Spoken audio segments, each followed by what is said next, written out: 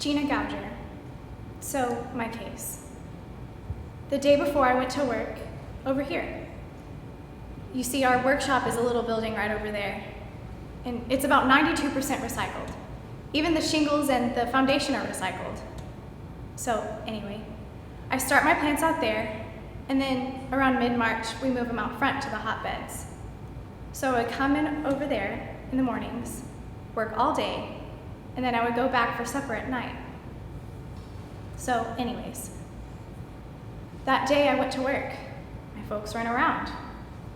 They had been planning a trip to Sugar Grove, so I just thought, no big deal. They go away sometimes. By night, they didn't get home. I was worried about them. I said, geez, they must have gotten in a car accident. But what do? Call hospitals? Not between here and Sugar Grove. And the police, I know, wouldn't investigate until they'd been missing for 24 hours. So I basically just waited by the phone till midnight, went to bed. Next morning, I got up to call the police, and a customer came walking up the driveway, looking for motorcycle parts.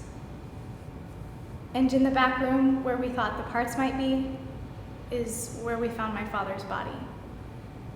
Now, it looked like he had suffered from a stroke because he was lying face down in a pool of blood. And he obviously was dead. I felt his pulse.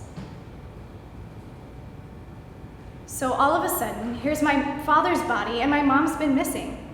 So I call the paramedics, who call the police, who said they suspect foul play. About an hour and a half later, they find my mother's body in a trailer out in front of the house. She had been killed and covered with rugs and pillows. They had been hidden, and their throats were slashed. 2.5 hours after I found my parents, they had me arrested.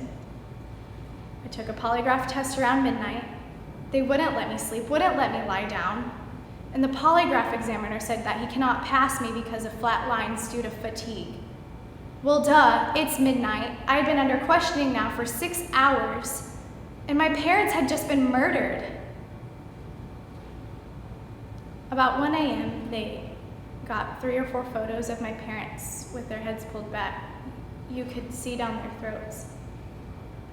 And the detectives yelling, "How could you do this? How could you kill this woman? How could the woman who gave birth to you?" And this is how the interrogation went. I was in such a vulnerable and suggestible state from finding my parents and not knowing what happened. I was emotionally distraught. I was physically exhausted. I was confused. I had 15 cups of coffee. I was spaced out. And the police used that. They said they had all the evidence, that they didn't even need my confession. They said they had the bloody fingerprints, the weapon, everything. I was brainwashed, man. They said, "We can't lie to you or we'd lose our jobs." They were very sincere too, very believable.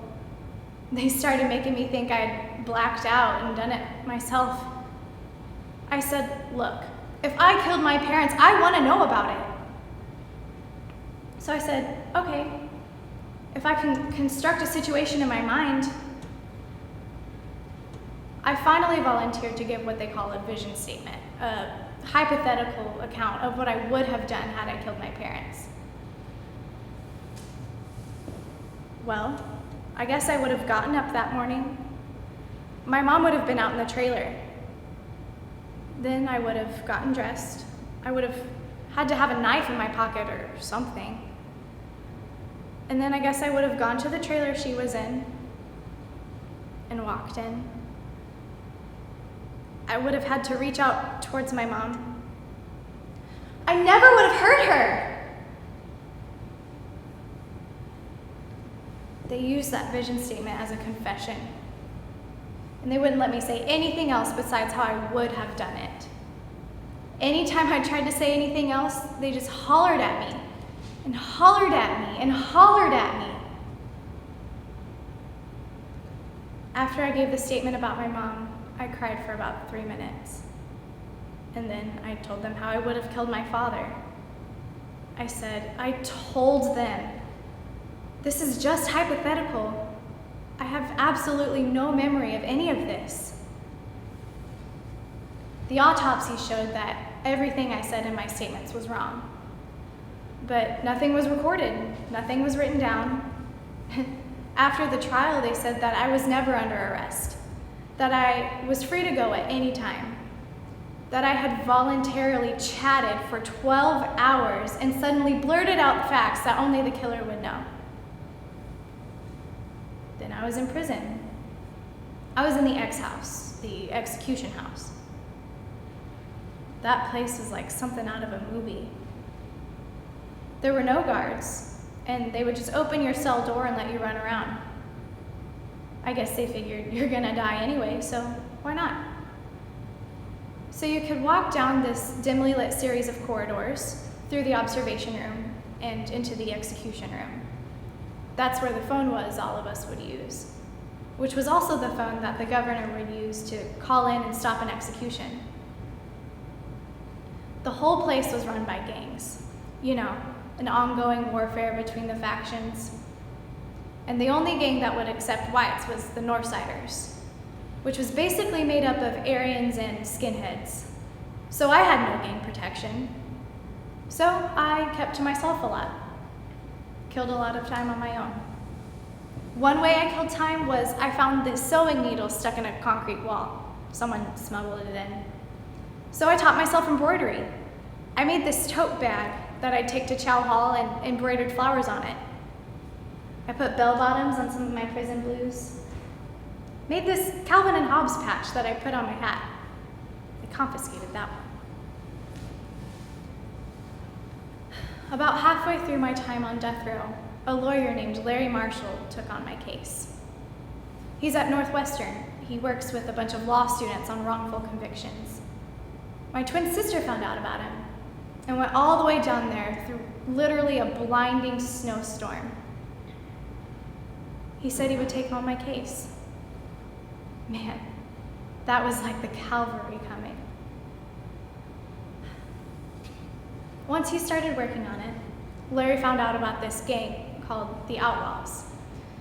Guys would gain entrance to the gang by performing violent acts. They killed a bunch of people. They'd bomb Hell's Angels. They just do a lot of stuff. The federal government, the ATF, was running wiretaps on them. Well, by 1995, the ATF got a videotaped confession of a guy saying he killed my parents. But I wasn't released until 1996.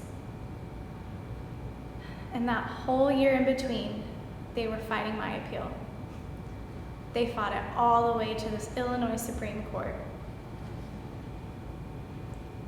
The two guys who killed my parents were just found guilty last year. But I've been adamant that they not get the death penalty. Some people think it's stupid, but why would I want them to die? It's not gonna bring my parents back. No good is gonna come from it.